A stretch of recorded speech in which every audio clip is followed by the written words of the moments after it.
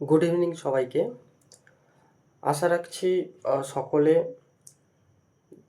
SSC group C group D answer কি দেখে নিয়েছো এবং অ্যান্সার কির সাথে নিজেদের ওএমআর শিটটা ম্যাচ করে দেখে নিয়েছো যে নিজেদের কত মার্কস আসছে।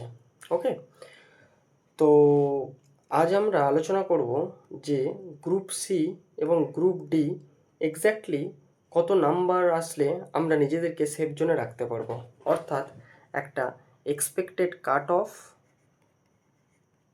নিয়ে আলোচনা করব।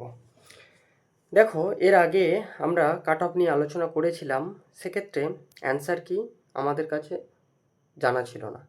অ্যান্সার কি আজ বেরোনোর পর আমরা দেখলাম গ্রুপ সিতে একটি কোশ্চেনে ডবল অ্যান্সার করা হয়েছে এবং একটি কোশ্চেন নিয়ে একটু সমস্যা বা জটিলতা তৈরি হয়েছে। এছাড়া সবটা ঠিকঠাকই আছে। তো সেক্ষেত্রে পূর্ববর্তী কাট অফের সাথে খুব একটা হেরফের হবে না। তো দেখব আমরা যে ঠিক কেমন নাম্বার থাকলে আমরা পরবর্তী ধাপের জন্যে বা যেটাকে আমরা টাইপিং টেস্ট বা ইন্টারভিউ ধাপ বলছি সেটার জন্য প্রস্তুতি নিতে পারবো। আমরা প্রথমে দেখে নেব গ্রুপ সিতে ঠিক কেমন নাম্বার থাকলে আমরা প্রস্তুতি শুরু করে দেব। গ্রুপ সিতে যদি আমরা ইউআর বা আনরিজার্ভড বা জেনারেল ক্যান্ডিডেটদের জন্যে জানতে চাই, তাহলে আমার মত অনুযায়ী যাদের 55 ± 1 আছে তারা প্রস্তুতি শুরু করতেই পারে। এবং ওবিসি এ এবং ওবিসি বি, বর্তমানে ওবিসি এ ওবিসি বি বলে কোনো ডিফারেন্স করা যায় না রেজাল্টের ক্ষেত্রে। তো সেক্ষেত্রে এদের আমি একটাই জোনে রাখবো বা একটাই পার্টে রাখবো। ওবিসি এ ওবিসি বি যাদের 54 ± 1 আছে তারা পরবর্তী ধাপের জন্য প্রস্তুতি নিতেই পারে। এসসিদের ক্ষেত্রে 52 থেকে 53 এই নাম্বারটা থাকলে সেফ জোনে তোমরা আছো।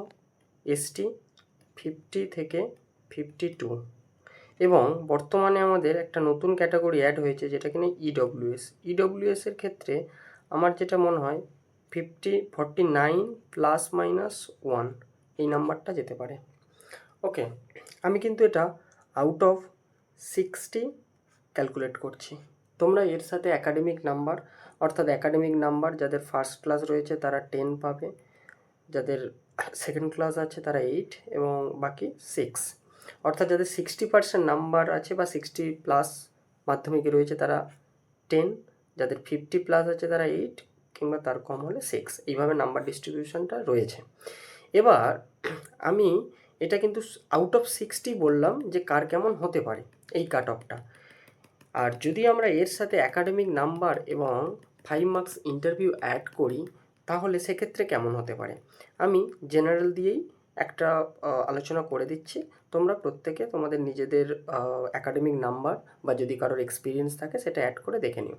আমি জেনারেলদের বললাম 55 ± 1 অর্থাৎ 55 এবং আমি অ্যাকাডেমিক নাম্বার একটি এভারেজ নিয়ে নিলাম 8, কারণ সকলের 10 নেই কিংবা সকলের 6ও নয়, একটা এভারেজ নিলাম 8।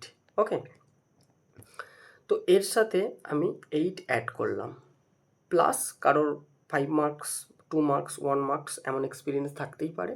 তো আমি এটা নিচ্ছি না, আমি আজ ফ্রেশার্সদের জন্যই বলবো। সেক্ষেত্রে 55 + 8 তাহলে কত হচ্ছে আমাদের 55 66। ওকে, সরি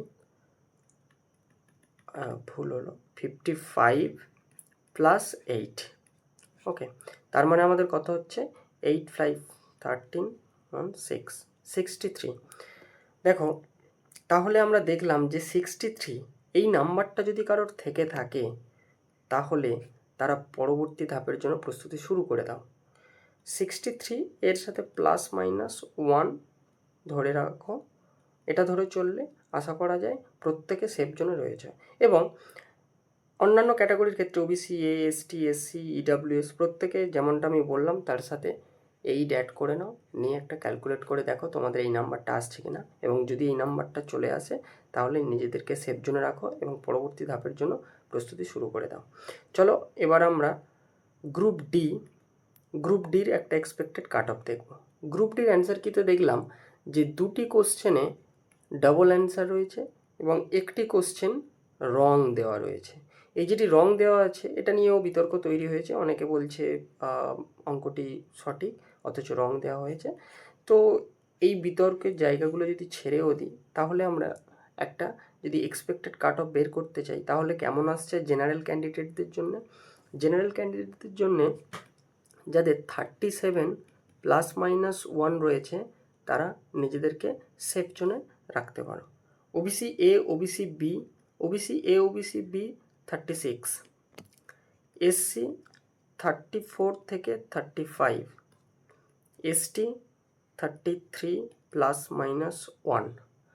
ওকে, এছাড়া ইডাব্লিউএস যদি দেখি, ইডাব্লিউএসের ক্ষেত্রে ধরা যায় 31 ±1। এই নাম্বারগুলি যদি থেকে থাকে তাহলে প্রিপারেশান শুরু করে দেওয়া উচিত বলে আমার মনে হয়। এগুলো আমি সবই বললাম আউট অফ 40। ওকে, এখানে অ্যাকাডেমিক নাম্বার নেই, এখানে টোটাল 45 মধ্যে ক্যালকুলেট হবে। আউট অফ 45 তোমাদের যেমন স্কোর আসবে তার উপরে প্রিলিমিনারি রেজাল্ট আউট হবে। তো আশা করা যায় সকলের রেজাল্ট ভালো হবে, সকলে প্রস্তুতি সুন্দরভাবে রাখো এবং খুব তাড়াতাড়ি সাকসেস পেয়ে যাও। ধন্যবাদ ভিডিওটা মন দিয়ে দেখার জন্য।